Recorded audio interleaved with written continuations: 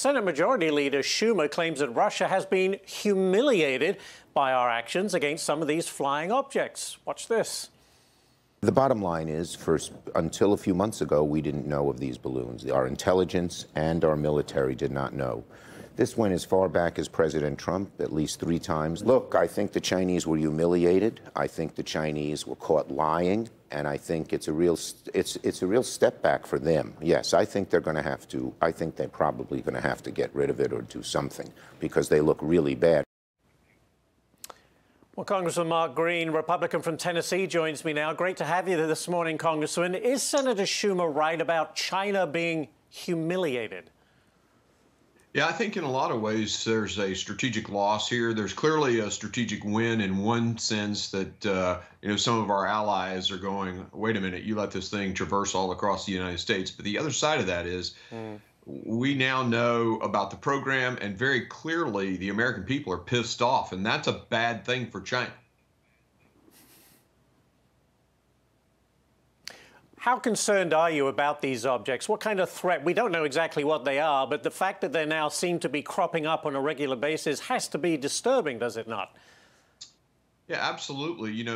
Obviously our filter systems on the radars that we've been using have been focused, have been set to look for aircraft. And so they filter out jet stream speed things.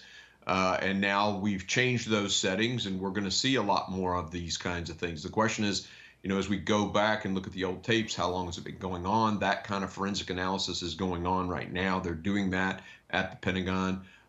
These last 3 objects, the term object is kind of weird, but, balloon or whatever, they're lighter than air. We have to know where they came from. And if they came from China, I mean, if this is now 4, air devices from China, that's a big, big deal. And we need definitive action from the White House on that one. I quickly want to change subjects on this bill that you've introduced, nearshoring to secure the southern borders and our cyber borders, for that matter. What exactly do you want to see done? Well, we realized in the COVID, virus that we were far too dependent on Chinese manufacturing. And then you have these incidents which show us, China is not our friend, they're our enemy. And so what we need to do is motivate businesses to leave China. Those that can come back to the United States, we actually onshore those manufacturing. That would be awesome. And I have legislation for that too. In terms of nearshoring, though, if we can move those businesses that can't necessarily manufacture in the U.S. because of labor costs to Latin America, we create jobs in Latin America, and that decreases pressure on our southern border. To use Vice President Harris's word, root causes, they keep talking about root causes. They haven't proposed a plan on any of that. This actually addresses the root cause of migration as one way of helping us secure our southern border.